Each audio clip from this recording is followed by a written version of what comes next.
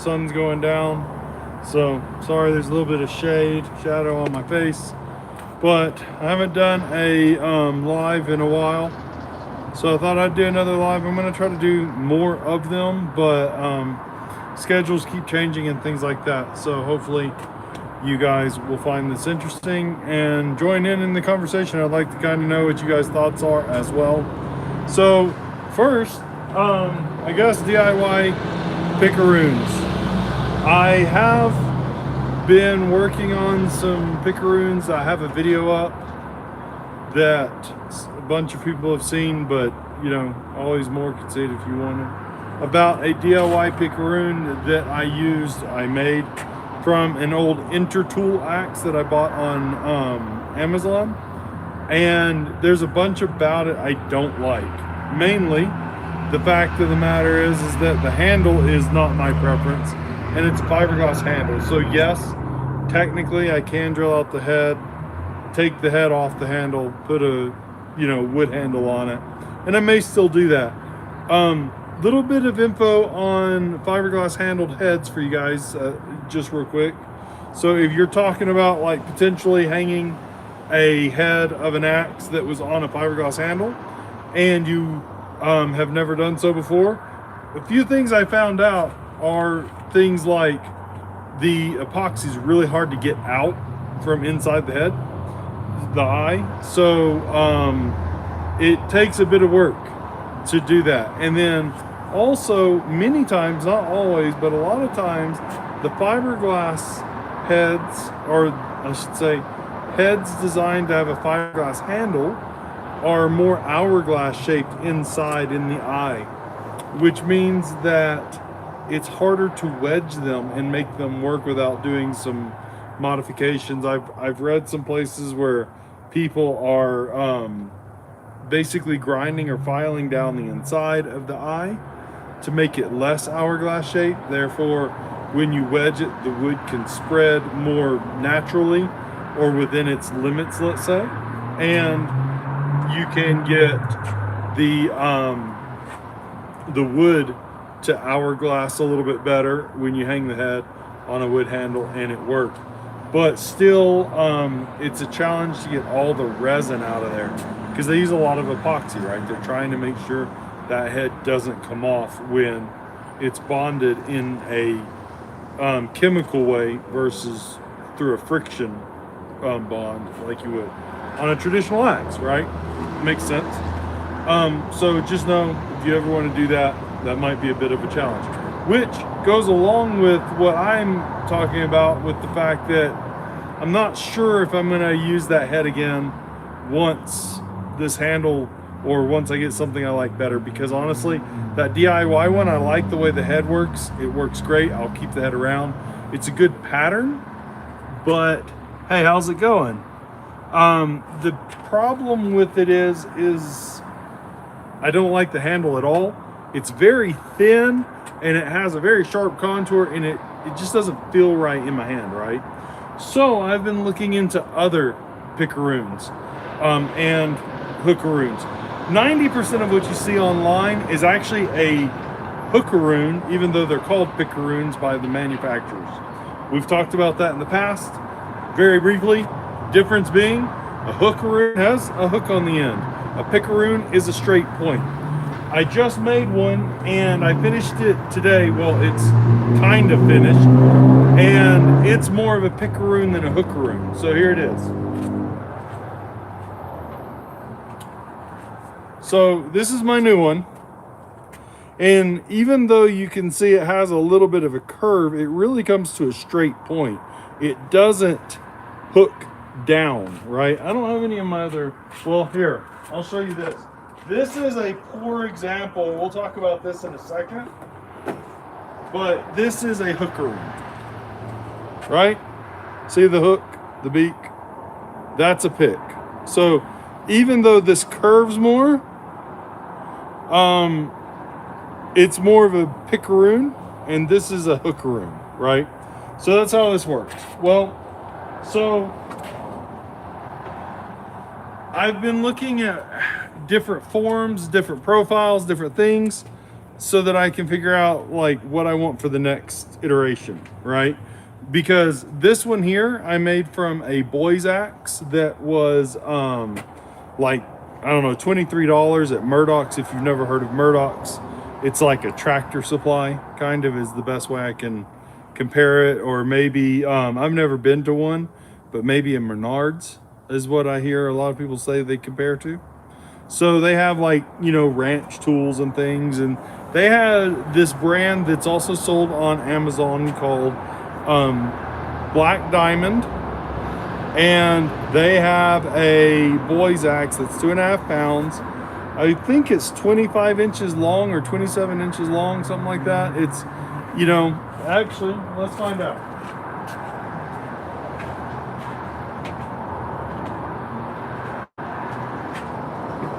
Let's find out. So the total length on this is 27 inches. And if you go from underhead, it's 24.5. So it gives you an idea of what we're dealing with. And this is a good medium size picaroon for picking up certain logs in certain areas and different things. And it's helpful to have a medium size one, right? Some people like short ones, and I may do a short one out of a hatchet or something like that in the future. But right now I'm using this one, and then I also have the one that I was just talking about that I made out of the Intertool axe, which is 32 inches long, which is really nice because I'm 6'2.5", 6'3", something along those lines. And this one I still have to bend over a little bit, depending on the size of the round or the piece of firewood or where it's at. But the 32 inch, I don't have to bend over hardly at all, right? However, when you're like in a log pile, or when you have done a bunch of rough cuts and they're all blocked out and you're trying to get them out from in between each other, a longer picaroon can be a challenge.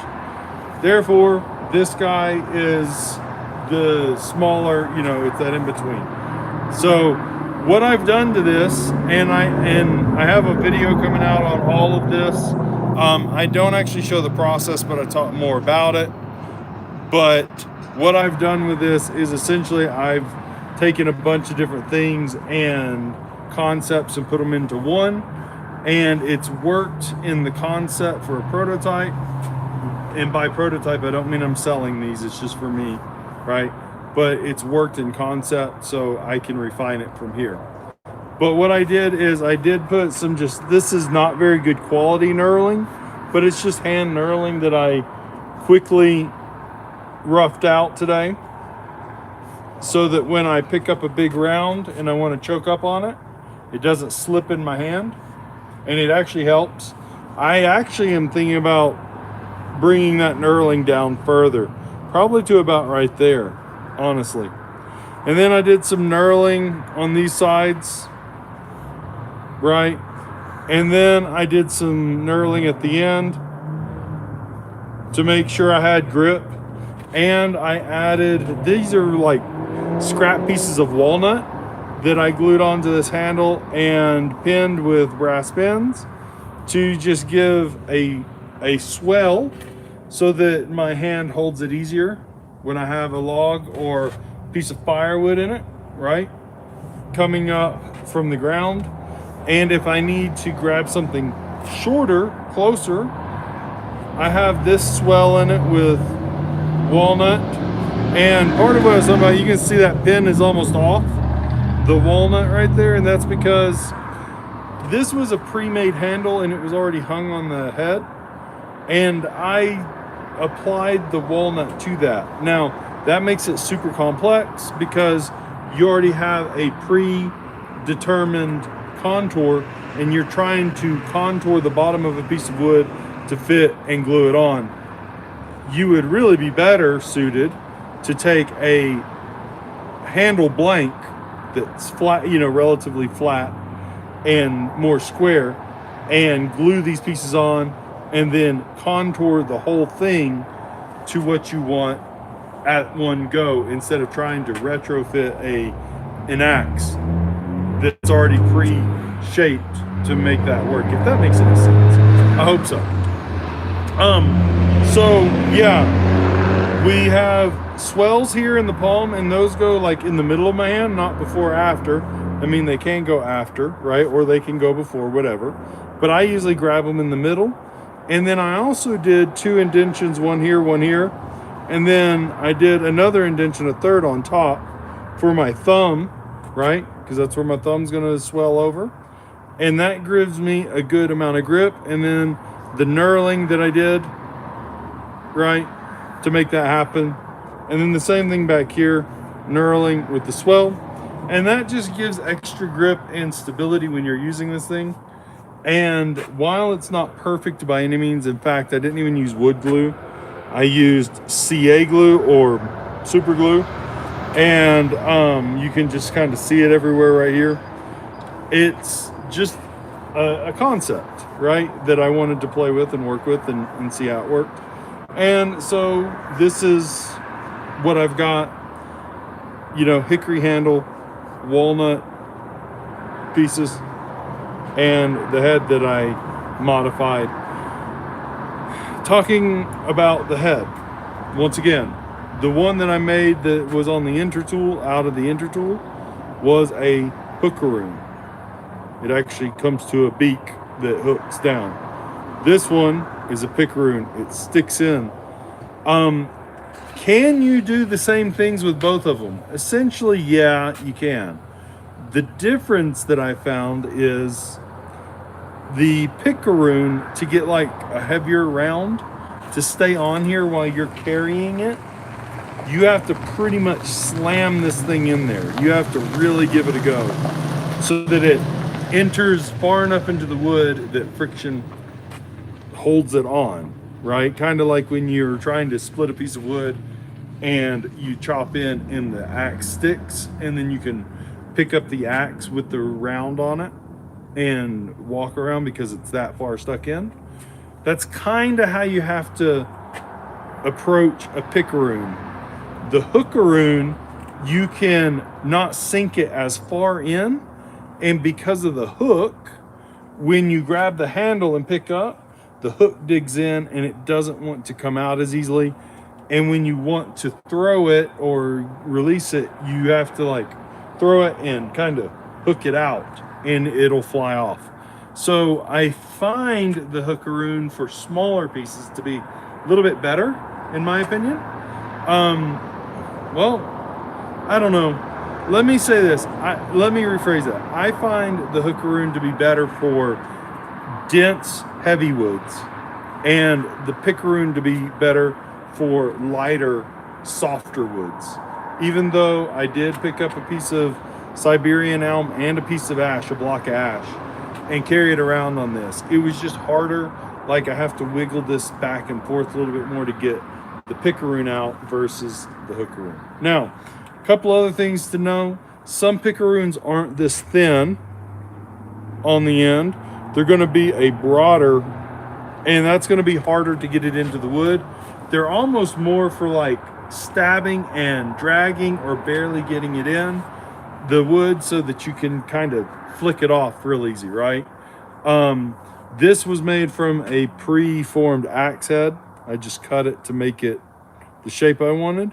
And you'll see that I actually made the tip of this more blunted, because when it was a sharp point, it was really like sinking in and it was getting hard to get this off.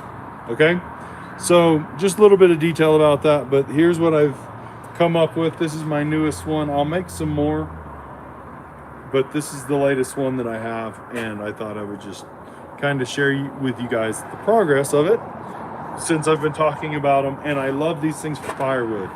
As I'm not old, but as you get older, that bending over, even to put the block on the chopping block, it's just so much nicer to be able to reach off to the side, grab a picaroon or a hookaroon, stab the wood, put it up on the block, and go back to chopping instead of bending over every time. Now, I don't try to eliminate all of my bending. It's good for your back.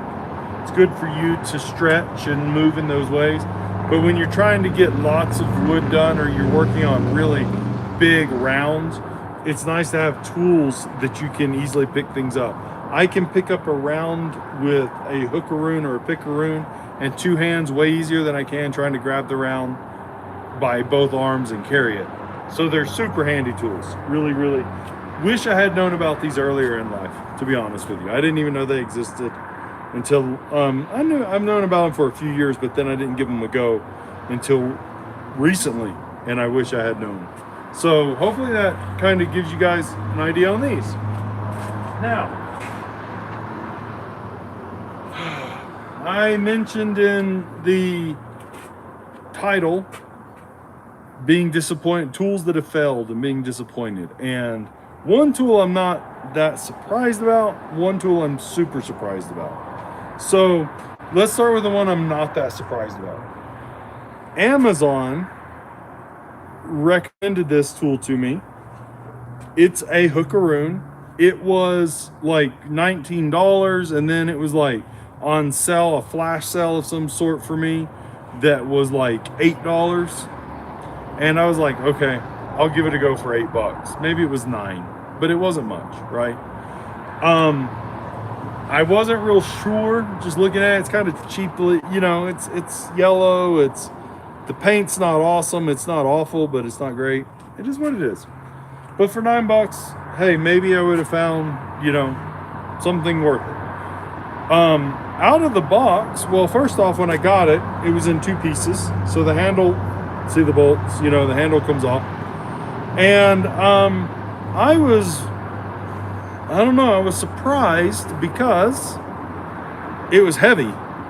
And I don't mean like excessively heavy, but it was heavy. And I was like, well, maybe this metal's not too bad quality. Maybe we kind of found like the diamond in the rough, so to speak. However, after putting it together and like 5 strikes, I don't know if you guys can see that. See how bent that is? That's the beak is awful. I could barely get it to sink into the wood. It was really, really bad. And it bent. And I don't know if you guys can see it on the camera, but there is actually a crack in the paint right there from where this has crumpled, and you can see where it bent right there.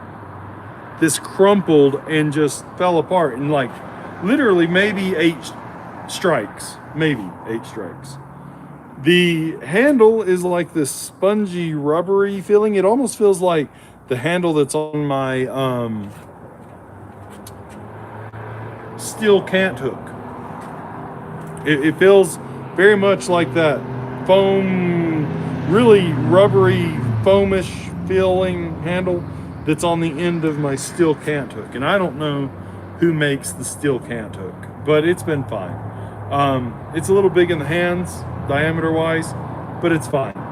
But I really thought with the weld of this and the thickness of the material and everything, I thought it was going to be better, but it's not. So avoid these. Anything on Amazon that's cheap that looks like this or eBay, probably not worth your money, just in all fairness. Maybe if you're only working with very light softwoods like aspen or some kind of poplar like in the aspen family, maybe certain kinds of pines, but really I wouldn't even gamble my money on it if I was you. I would just stay away from it. So what's the other tool then? Because I said tools, and specifically there are 2 tools. I don't have it with me because they actually took it back. I was really surprised. But the other tool that really was awful, and I really hate to say this, was the Stihl Pro splitting maul. Now, in all fairness, if you don't know, I don't mean to talk like you should know, but most of us know all of the accessory tools that Stihl as a company, the chainsaw company, sell are not their tools. They are sourced through a different company, and their axes are no different. That being said, I know the brand of axe, or the brand that makes the axes for Stihl. They are called Oxhead in English, and I can't remember how you say it in Swedish, but or finish. I don't know which it is, but it's a well-known axe company, and in fact, you can buy their axes on Amazon through the official axe company brand, right? It's Ochkin something. I can't remember. I'll have to look it up. But those axes sell for like almost $200 a piece. So they're not like the cheap axe range by any means. And they're not like the craziest axeman axe range, which is like $600, $700. So I figured, you know, they're right there with like Gransford and Bulks and all those companies, you know, that are Helco, all these brands that are better known in the industry. So I thought it would be fairly decent of a splitting maul. It was 6 pounds. So I have the Fiskars Pro Isocore 8-pound maul, and it's pretty heavy.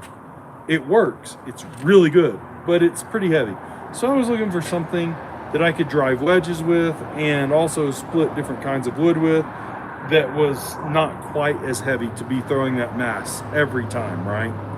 And that's where the local store here, implement supplier for tractor equipment, had the Stihl Pro maul, and I got it. Well, I only used it about 35 minutes total, and I did use it in various capacities. So I tried to split wood with it, and then the Fiskars maul got stuck, and so I tried to drive the Fiskars maul through with the Stihl maul acting as the sledge, and I also drove a couple of wedges with this in. To be fair, I split some super soft and already super dry checked aspen, and then I split some super hard, super dry blue spruce that was crazy knotted everywhere. And then I tried to split the last piece where everything got stuck was a piece of, by variety, green ash that was not that green. I hope that makes any sense. But it was knotted. It had big knots. And ash, this ash is already super tough. And then it was like 2 years dry in the round, in the block. And so trying to split it, you know, a lot of people say splitting dry wood is easy. Well, that depends a lot on the variety of wood and exactly how dry it is. Super green is hard a lot of times. Super dry is hard a lot of times, depending on the species. Semi-green is probably the easiest. It just depends. Anyway, this stuff was really stuck. And using the Stihl maul, which I paid like $120 something for, the head became super loose on the handle within like 4 or 5 strikes, which didn't seem real great. And I don't know if you've seen the newest Stihl Pro mauls, but the way that they are designed now, you have a handle that's not quite sledgehammer. It's close to a sledgehammer, but it's not quite. And it's more oblong, but it's definitely not like the eye of a axe, right? It's more along the sledgehammer style. And they have a metal plate with a hole drilled in it and a pin. And the spring roll pin goes into the wood, and the hole, a big long like decking screw is what it looks like, drives that down, straight down through the handle, and it cinches that plate onto the head. And that's basically your retainment system for this. Well, I didn't like it when I saw it, but I expected more out of it than what I got. Within those, you know, few strikes, it was already loose. Within about 10 minutes of use, I started noticing that the plate was like kind of bent and the head was cocked up. And then I noticed that the head, like, of the screw was bent and the plate was back. So I knew it was like on its last leg. It didn't look like it was doing very good. So after about 30 minutes of using, like I said, 35 minutes of using the Stihl maul, I cut the session short. I drove back to the store and I showed them. The screws that they use have the same star bit that like a lot of chainsaws, like the Stihl chainsaws, have for the casing. So you have to have that tool with you, which I didn't have because I wasn't running my chainsaws. So I didn't have the star wrench with me. They started to unscrew it at the store, and the screw was completely bent at the head. It was like wobbling out, and you could see once they got it out about an inch, the metal just under the head was all stretched and fatigued. So the screw would have broken off pretty soon, and then you wouldn't have had a retention system at all, really holding that in. Because if it was already working loose, then without that plate and that screw, nothing would have held it on. You give it a good throw, or you hit it in on a wedge or a really solid piece of wood where it bounces back, it would have probably come off. And that's $120 something axe, right? Or a maul. It's ridiculous. So I know that Stihl doesn't make those axes, but Stihl is in charge of contracting who does make those axes, right? And it's pathetic. It's awful. So part of this is just know that maul, in my experience, has been really bad. And second off, know that just because a brand is well known for something, and Stihl is well known, of course, for their chainsaws and the work that they do and that kind of stuff. And they have a lot of great products out there. Remember, the accessory products that they sell are not equivalent to the products that they produce themselves all the time, if that makes any sense. Unfortunately, this maul gives Stihl a bad name, in my opinion. And even more unfortunate is that supposedly the brand that they're using is a reputable tool brand that was producing a really, really subpar product, in my opinion. So with that in mind, let's talk about a few things that I'm not exactly sure in totality who's making what these days, because it swaps all the time. They lose contracts, they gain contracts, whatever. But Stihl's products are the accessory products. Their hand saws, their loppers, their pruning shears, all that kind of stuff are across the board of who's using or who's making them. At one point, Corona was making some of the hand shears for pruning for Stihl. I don't know if they still are. I know ARS was also making loppers and shears. In fact, the ARS grip lopper that has like the scissor beak on it that is extendable, it's telescoping, that is an ARS product. You can actually buy it for cheaper through the brand ARS. And I've held both of them in my hands. They're equal. And somebody in the industry told me ARS was making them. I had heard at one point Corona was also making Stihl's pruning saws or climbing saws, right? But at some point somebody else told me ARS was making them. Maybe both are making them. Maybe they have a contract with both and they're both supplying to Stihl at the same time. It's possible. I don't know. I don't know who makes their chaps. I have no input on that at all. I've not used a lot of their other stuff as far as the accessories go. I saw that they have a twisted aluminum wedge that, you know, as you drive, it's aluminum, and as you drive it, it's supposed to twist into the wood. Seen a bunch similar to it online, but I can't speak for sure who's making it. But they wanted like $85 for it, which is absurd, and I've not heard great things about those aluminum wedges. If I make more money on the channel, then I might go ahead and buy one of those aluminum wedges to give it a go.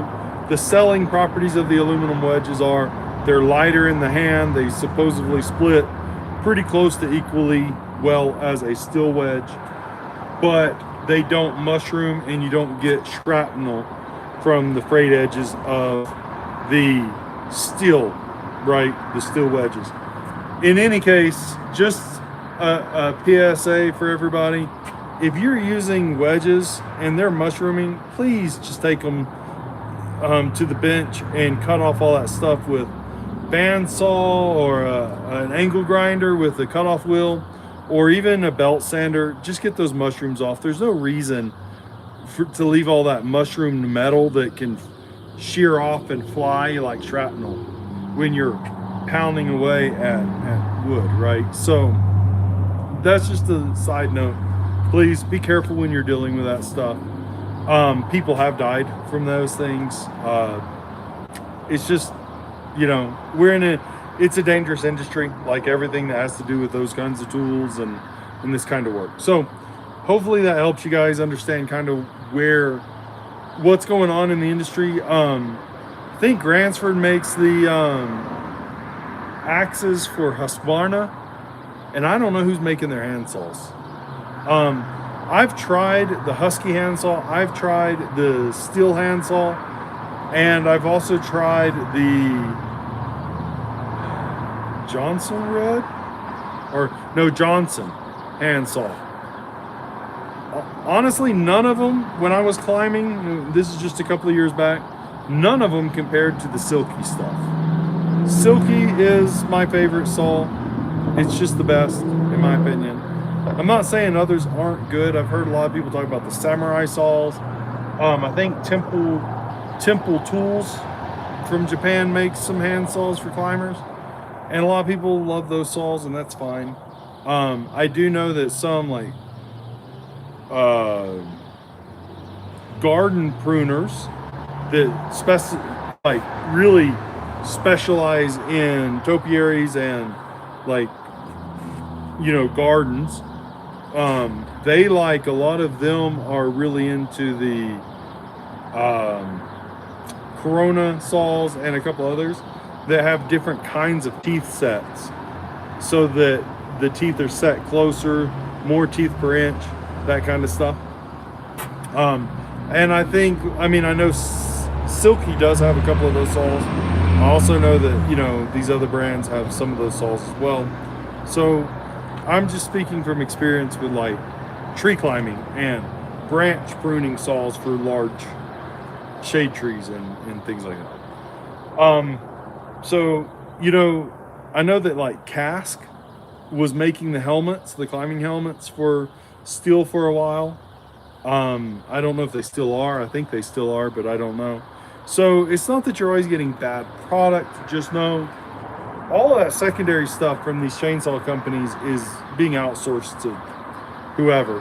And it doesn't mean you're getting the best option on the market. I mean, the wood handle Husky saws look like Gransford saws, and they are pretty nice, but they're about the same price as a Gransford, so I don't know if it's really worth buying. The only difference is if you have a really good Husky dealer, they may have those axes in stock, right? So, you know, that, whereas you might have to actually order a Gransford, something like that. But that's just something to, I don't know. I feel like a lot of people don't know this. I thought more would know this, and evidently many don't. So hopefully that kind of helps you guys out as well.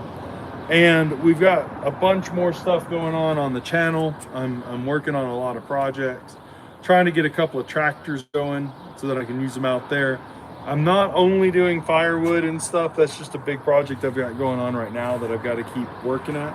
But I'm also working on some furniture and just making some other things. I'm working on a bunch of different profiles for the picaroons. I've got some extra AR 500 sheet around that's like, don't remember what it is, 5/8 thick. And while AR 500 is not the best for picaroon heads because it's very brittle, it's very hard, it is good wear resistance, but it's just too hard. The thing about that is that I have a lot of it. I can easily cut it, so I can make a bunch of different profiles, and I can at least test how they function with each shape and see which one I like. And then I can look at getting some more axe heads and start modifying those into, you know, picaroons and whatever.